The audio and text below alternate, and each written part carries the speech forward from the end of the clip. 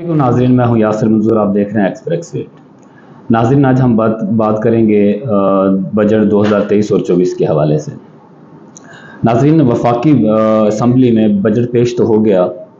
अब गवर्नमेंट के जो पीडीएम सरकार के जो नारे थे, अवाम दोस्त बजट होगा, तो अब देखते हैं कि क्या ये अवाम दोस्त बजट है कि नहीं।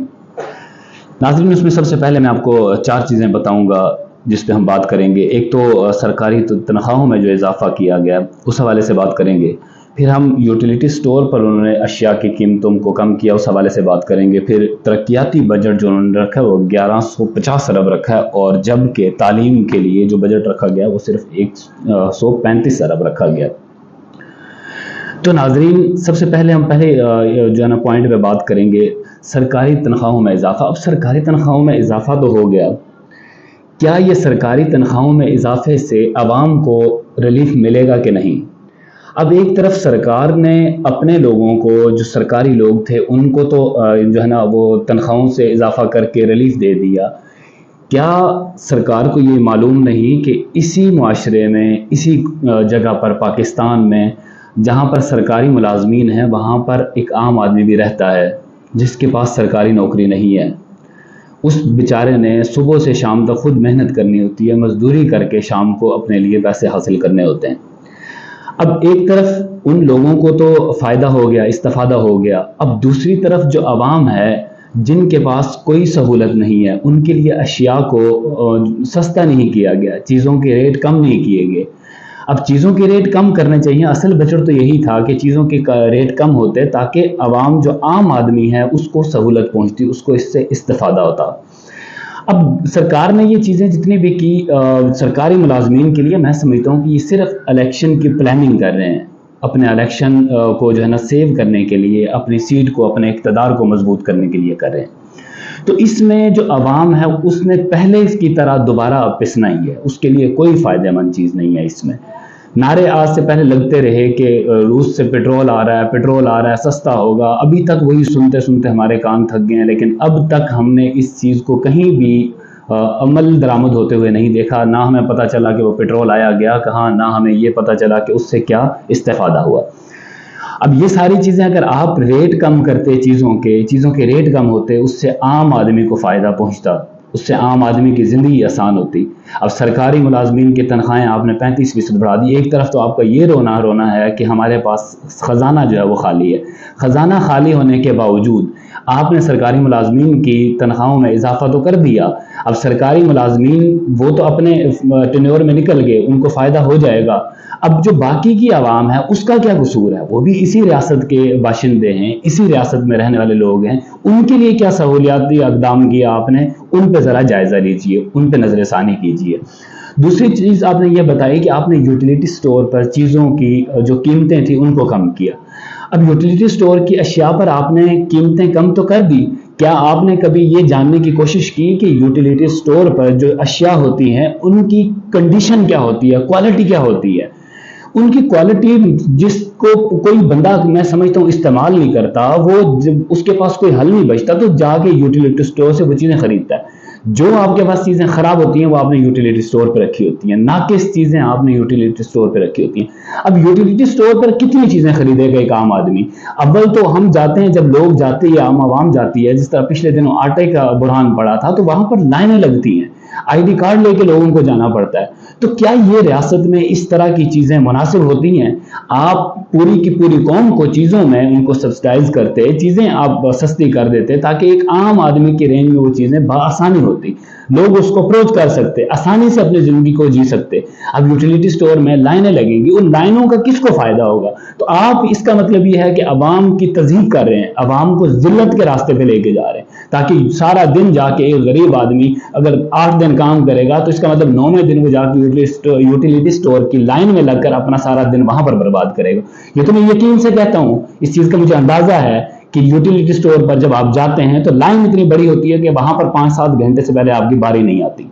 तो अब ये चीजें तो एक तरफ थी। अब इस तीसरा जो पॉइंट है हमारा, तरक्याती बजट जो रखा है वो 1150 अरब रखा गया है, और तालीम के लिए आपने 135 अरब बजट रखा है। अब मुझे समझ नहीं आती कि तरक्कियात कहां से होती हैं, तरक्कियां किस चीज से होती हैं। ملک ڈیولپ ہوتے ہیں ان چیزوں سے نہیں ہوتے کہ آپ نے وہ چیز بنا دی، یہ چیز بنا دی. عوام پہ پیسہ خرچ کریں. جب عوام پہ پیسہ خرچ ہوگا تو اس سے عوام بنے گی، عوام سے آپ کا ملک بنے گا. ملک کی ترقی عوام سے وابستہ ہوتی ہے. جب تک اس ملک کی عوام اس پہ پیسہ خرچ نہیں ہوگا، اس کی تعلیم تربیت پہ پیسہ خرچ نہیں ہوگا، تب تک اس ملک میں پیسہ آپ کولر کہیں لگاتے ہیں تو جب تک عوام اس میں باشعور نہیں ہے تو آپ کو رسی کے ساتھ گلاس تک باندھنا پڑتا ہے.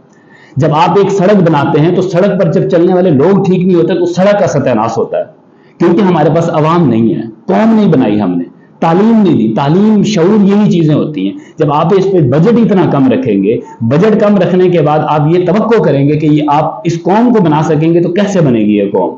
قومیں تعلیم سے بنتی ہیں، شعور سے بنتی ہیں. جبکہ شعور نام کی چیز میں سمجھتا ہوں کہ ان پارلیمنٹ میں بیٹھے ہوئے ان لوگوں کے پاس، خود کے پاس نہیں ہے. کیا یہ شعور ہوتا ہے کہ آپ نے جو بجٹ پیش کیا، اس بجٹ کی نوعیت دیکھیں، اس کی صلاحیت دیکھیں، اس میں آپ نے ایک عام آدمی کو کیسے ریلیف دیا ہے؟ میری سمجھ سے باہر آئی ہے. نعرے آپ کے تھے عوامی دوست. عوامی دوست کہاں ہے؟ عوامی دوست بجٹ. کیا یہ عوامی دوست بجٹ ہوتے ہیں جس میں ایک چھوٹے طبقے کا آدمی، آپ نے اعلان کر دیا کہ مزدور کی تنخواہ 32,000 روپے ہوگی؟ کبھی آپ کے سسٹم نے، آپ کے ان اداروں نے یہ چیز نوٹس میں لی کہ کیا ہر کمپنی اس وقت اپنے امپلائی کو کیا 32,000 کا پابند کر سکتے ہیں؟ آپ کیا یہ چیزیں آپ کے کنٹرول میں ہیں؟ آپ ان چیزوں کو لے کے چل سکتے ہیں؟ جب آپ کو پتا اس وقت پاکستان میں 50% لوگ ایسے ہیں کہ جو سرکاری جتنے ان کے متعین کی ہوتی ہے مزدوروں کی تنخواہیں، ان کو وہ نہیں ملتی. جب نہیں ملتی تو آپ ایسے اقدام کیوں کرتے ہیں کہ جس سے عوام کو ڈائریکٹلی طور پر فائدہ نہ پہنچے؟ آپ وہ اقدام کریں کہ جن سے عوام کو پراپر فائدہ پہنچے، تاکہ ان کو کسی کے حال پہ نہ چھوڑا جائے. اب آپ نے چھوڑ دیا، آپ نے ان کو، جہاں پر ملازمین ہیں، ملازمین کیا کرے گا؟ ایک آدمی جس کے پاس ملازمت نہیں ہے، جب اس کو کوئی کہے گا کہ 32,000 کی نہیں تو ہم آپ کو 20,000 کی دیں گے، اس بیچارے کے پاس کچھ نہیں ہے. اس نے تو مجبوراً کہہ دینا ہے کہ ٹھیک ہے 32 نہیں مل رہا، کم سے کم 20 تو مل رہا ہے. آپ ان چیزوں کے لیے اقدامات کیوں نہیں کرتے؟ اگر نہیں کر سکتے تو پھر آپ کو چاہیے تھا کہ بجٹ میں آپ یہ ساری چیزیں عوام کو دیتے، تاکہ عوام کو بآسانی ان چیزوں تک رسائی ہوتی، عوام اپنی زندگی کو آسانی سے جی سکتی. ابھی ایک چیز میں دیکھ رہا تھا، ابھی بے نظیر انکم سپورٹ میں آپ نے 450 ارب روپے مختص کر دیا. اب بے نظیر انکم سپورٹ میں اتنا پیسہ آپ نے مختص کیا، اس سے آپ یہاں پر ملک میں فیکٹریاں لگا سکتے تھے. فیکٹری لگتی، اگر 1 ارب روپے پہ بھی ایک فیکٹری لگ سکتی ہے تو آپ اس سے 450 جو ہے نا فیکٹریاں لگا سکتے تھے. اب 450 فیکٹریاں میں کتنے لوگ کام کر سکتے تھے؟ ان کے گھر کے چولہے جل سکتے تھے. لیکن آپ نے اپنی سیاست کو ترجیح دی، ہمیشہ کی طرح عوام کا بھلا نہیں سوچا، عوام کے لیے کچھ نہیں سوچتے. جب عوام کے لیے آپ کچھ نہیں سوچیں گے تو یہ عوام کیا کرے گی؟ پھر آپ کو آ جا کے اپنا الیکشن تو بچا لیا، لیکن اس ملک کو، اس قوم کو نہیں بچایا. آپ نے اس ملک کے ساتھ آپ نے زیادتیاں کی ہیں، صرف اور صرف محض اپنے مفاد کی خاطر، اپنی کرسی کی خاطر. اور میں عوام سے بھی یہ کہتا ہوں کہ ان چیزوں کو ذہن میں رکھیں کہ آپ کی ان کے پاس ترجیحات کیا ہیں. یہ چند روز پہلے میں دیکھ رہا تھا، وہ ایک سوشل میڈیا پہ کلپ بڑا وائرل تھا کہ وہ آصف علی زرداری صاحب کا بیٹا وہ سڑک پہ نکلا ہوا ہے سائیکل چلانے کے لیے حوالے سے، تو وہ سائیکل چلا رہا ہے اور اس کو پروٹوکول دیا جا رہا ہے. تو بھائی کیا یہ چیزیں صرف آپ نے شاہی خاندانی لوگوں کے لیے رکھی ہیں؟ کیا اسی طرح چلے گا؟ دوسری طرف آپ دیکھیں تو بادشاہی مسجد میں وہاں پر وہ زرداری صاحب کی بیٹی جو تھی وہ اپنے شوہر کے ساتھ جب وہاں پر سیر و تفریح کے لیے آئی تو پوری کی پوری عوام کو باہر نکال دیا. تو عوام کو ان چیزوں سے سوچنا چاہیے کہ یہ ہمارے حق میں نہیں ہے، یہ ہمارے لیے کچھ نہیں کر رہے، ہمارے لیے جدوجہد نہیں کر رہے، ان کے اپنے مفادات ہیں. یہ ان کا کہنا یہی ہے کہ یہ پوری عوام جو ہے، یہ پوری عوام ایک طرف لگی ہوئی ہے، یہ ملک ہمارا ہے، ہم اس میں رہنے والے، تاکہ پوری عوام ہماری غلامی کرے. تو یہ آپ پہ ڈیپینڈ کرتا ہے کہ آپ لوگوں نے اب غلامی ہی کرنی ہے یا ان سے، بادشاہوں سے، ان کی یہ جو بدماشی ہیں ان سے آپ نے آزادی اپنے آپ کے لیے لینی ہے. تو مجھے اجازت دیجیے اسی ولاگ کے ساتھ، انشاءاللہ ملتے ہیں اگلے ولاگ میں. اللہ حافظ.